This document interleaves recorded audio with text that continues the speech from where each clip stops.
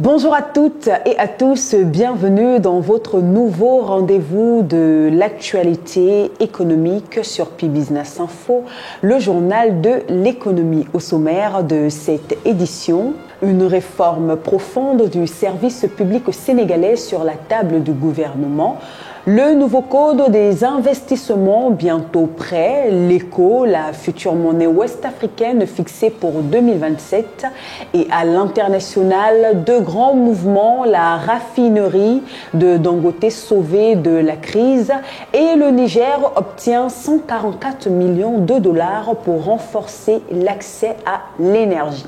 Installez-vous confortablement, voici l'essentiel de l'actualité économique au Sénégal, en Afrique et dans le monde.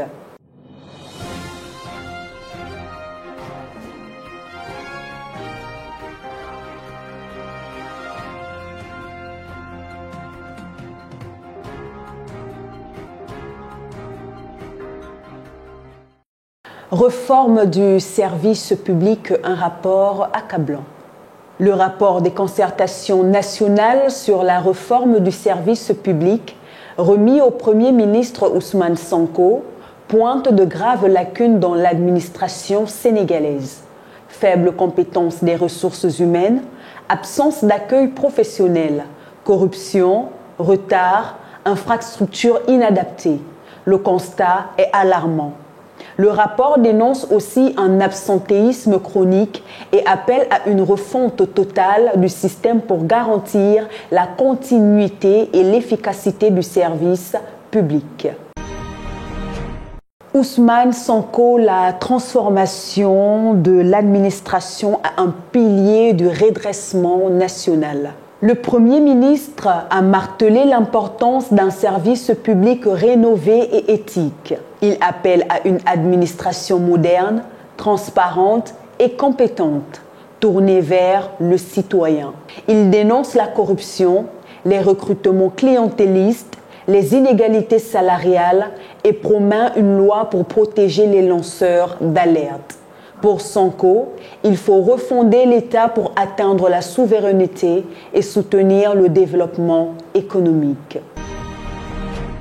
Tambacounda vers la décentralisation du processus FRA. Le secrétaire d'État Ibrahim Thiam annonce un programme FRA pour tous, visant à décentraliser l'autorisation de fabrication et de mise en vente FRA. Objectif, simplifier l'accès pour les PME et PMI régionales et briser le monopole des laboratoires. Des mesures sont également annoncées pour améliorer la fiscalité, le stockage, l'accès au foncier et au financement des petites entreprises. Reboisement, Louga vise 1,2 million de plantes en 2025. La gouverneure de Louga fixe un objectif ambitieux pour lutter contre la désertification. Produire 1,2 million de plantes et planter plus de 2000 hectares. Cette initiative mobilise collectivités, services forestiers et communautés locales. Un engagement fort pour renforcer la résilience écologique face aux effets du climat. Investissement, le nouveau code des investisseurs sera finalisé avant octobre. L'APIX annonce la finalisation imminente du nouveau code des investissements. Plus attractif, il facilitera les démarches et encouragera l'investissement privé.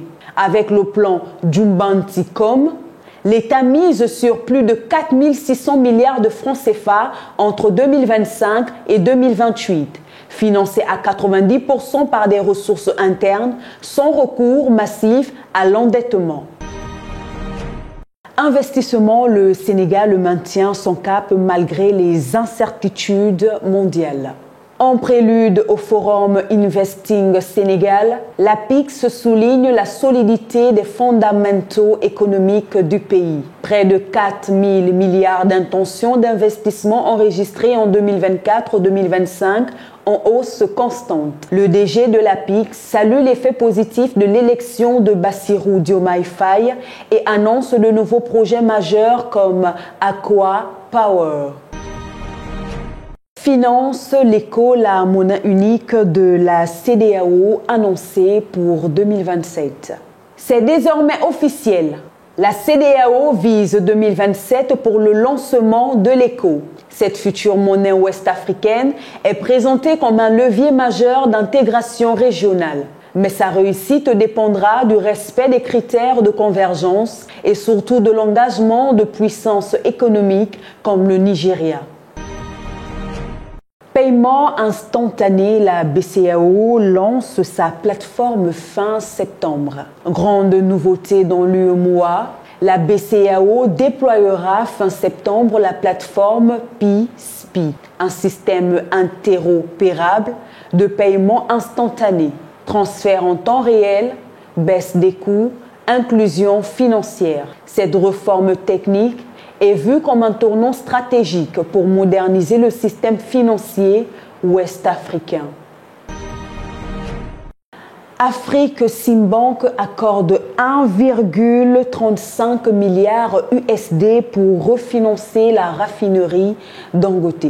L'institution panafricaine vole au secours du groupe Dangote en difficulté financière. Ce financement de 1,35 milliard USD fait partie d'un prêt syndiqué de 4 milliards visant à refinancer la plus grande raffinerie d'Afrique.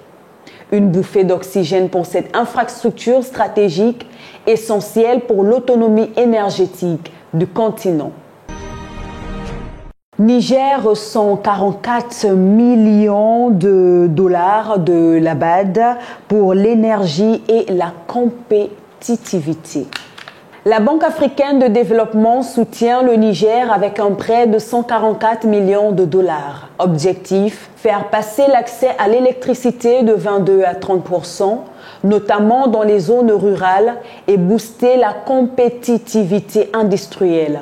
Le pays mise aussi 240 MW d'énergie solaire d'ici 2030 pour assurer sa transition énergétique. C'est la fin de ce numéro du Journal de l'économie sur Pi-Business Info. Merci de l'avoir suivi. Likez, commentez et partagez massivement la vidéo autour de vous.